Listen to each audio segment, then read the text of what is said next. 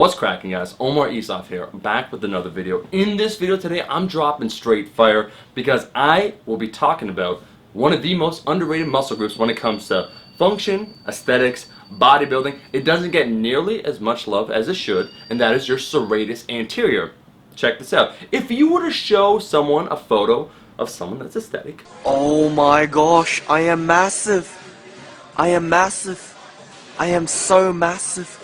And say, hey, what are the areas that you find aesthetically pleasing when you see this photo? If we were to take a look at the torso, they'd probably name three major areas. The first would be the core, right? Your abdominals, your obliques. Cool, we got that. Number two would be pecs. Big pecs equal big paychecks. But number three, they'd probably say something like, oh, those shark gill things to the side that kind of look like shark gills. They look cool, or side abs they would call them. And that is your serratus anterior. And it is not only important when it comes to an aesthetic consideration, taking a look at the physique, how it looks, but more importantly, I would say, when it comes to function, how your body moves. You see, it is very important when it comes to shoulder stability. If you don't want to snap your shit up, you should be training your serratus anterior. I'm not talking about doing endless, countless specific movements for your serratus anterior. I am talking about doing the right compound movements in the right way in order to gradually, over time, develop this muscle group.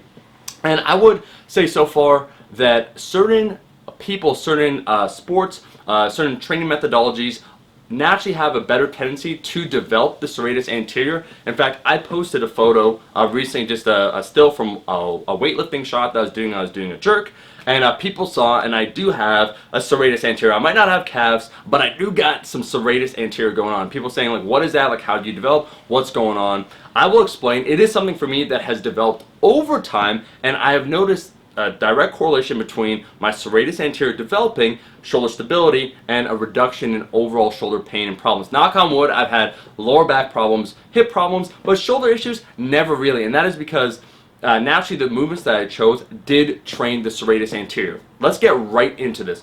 In the first place, what does the serratus anterior do? It does a lot of different things, but for the purpose of this video, we just want to kind of focus on the protraction of the scapula. So think when you punch forward, that's why sometimes it's called the boxer's muscle. You'll see, and I talked about people with different training methodologies. Boxers have a usually really developed serratus anterior. That is because any protraction of the scapula. So let's think punching forward, past the point where you almost round forward when it comes to your shoulders, protraction, retraction, things like elevation. So when you shrug or when you lift your hand past, let's say 120 degrees, more like 180 degrees, arms directly overhead, your serratus anterior has an influence on that. It really assists in keeping the shoulder stable. So in an overhead squat position, weightlifters, I would say boxers have quite developed serratus anteriors. When it comes to gymnasts or those that do calisthenics, same idea, because they have to learn how to balance their body. They need to have that stability. The serratus anterior gets a lot of work. And then the third category would probably be weightlifters, just because the amount of time they spend in that overhead shrugged position,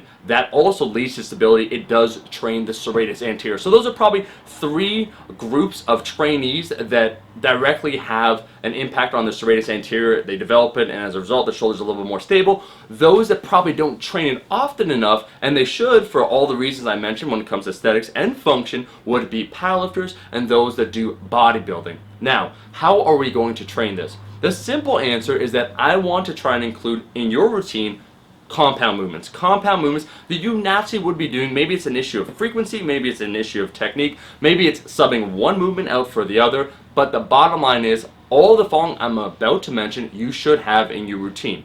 The first one would be the push-up. The push-up is superior to the bench press when it comes to training your serratus anterior. I made a video on this, link will be in the description, but essentially when it comes to the bench press, because you want to retract your scapula, you want to be nice and tight. You don't want that shit moving when you're bench pressing 315 pounds. It doesn't have that protraction of the scapula. As a result, it doesn't train that serratus anterior. And that's okay. Once again, you want that strong base. You want that retraction when your back's tight against the bench. That's the bench press.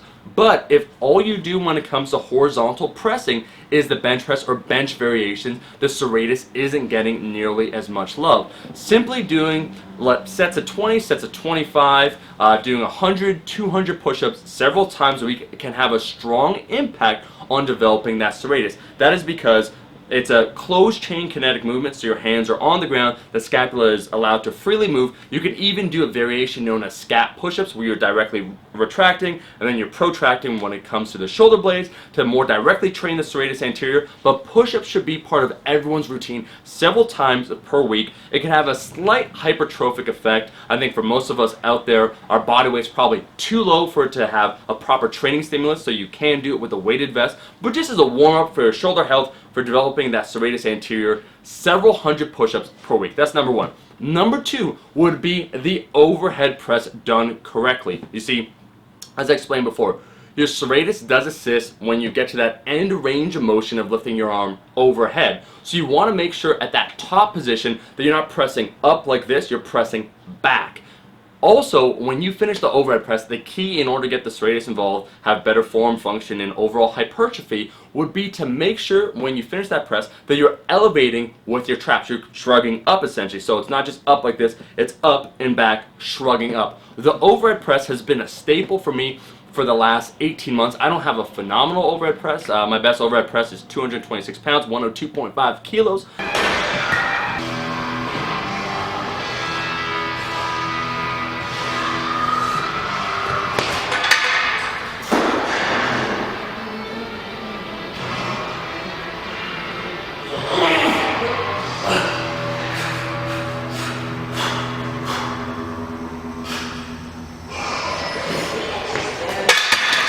But I have noticed all of these three things that I'm going to list, four things I'm going to list, have had a direct impact on growing that serratus anterior, feeling more stable in my shoulder joint, less shoulder issues overall, and just overall developing that aesthetic consideration. Alright, so the overhead press, I would say you should do it at least 2 to 3 times per week. Another quick tip I would say when doing the overhead press, and you'll notice this sometimes when I do multiple sets, multiple reps, when I get fatigued, don't take a rest at that bottom position. It's all kind of about time under tension, how much time you're spending in that overhead position. Actually rest the bar. If you're doing reps, you do 3 reps and you have to take a rest, rest it overhead, because you want to be training that capacity, the ability to have with your shoulders, with your arms, a weight over your head in a strong, stable way. That will be targeting a little bit more your serratus anterior. So number 2 would be the overhead press. Number 3 would be overhead movement. I'm going to recommend the overhead squat for you, but this is why you will often see weightlifters with well-developed serratus anteriors, and that is because when it comes to the overhead position, you need to have a stable shoulders in order to hold that bar with a lot of weight over your head so it doesn't collapse onto you. The snatch, the jerk, snatch balances, the overhead squat, all train this to high capacity. I'm not saying take up weightlifting, but I am saying already you should be doing the overhead squat kind of as a movement screen before you get your squat started. That is because it helps you assess your ankle mobility, your hip mobility, your thoracic mobility, and your shoulder mobility. But just doing a few sets of overhead squats before you begin your squat workout, so working with, let's say, 40 or 50% of your overhead squat max, but just getting, again, that time under tension with holding a bar over your head will really help with shoulder stability, serratus anterior, and overall your shoulders feeling better when you try and move something over your head, or even when it comes to the bench press. Lastly, as a bonus movement, I would actually say that a dumbbell pullover, Alberto Nunez made that video talking about lat activation. I would say the same idea as applies to the serratus anterior. It does train it indirectly, so if you're considering doing another movement when it comes to your lats, if you're looking for a new variation to try, the dumbbell pullover can assist both with lat development and your serratus anterior. Bottom line is, when it comes to trying to train, when it comes to trying to get stronger, you want to improve different areas of your body. I think not nearly enough people train their serratus anterior indirectly or directly via these compound movements. It shows when it comes to their physique, it shows when it comes to function, dealing constantly with shoulder issues. I think simply including a lot of this stuff will go a long way towards solving both of those issues. That is all the time we have. What is another underrated muscle group that you want me to talk about in a video? Post a comment in the comment section below. Thank you so much for watching this video. If you learned something, if you like this video, I'm looking right at you. Make sure to like the damn video, and I will be seeing all of my rascals in that next one. Peace! Eat your vegetables, eat your vegetables, eat your fucking vegetables.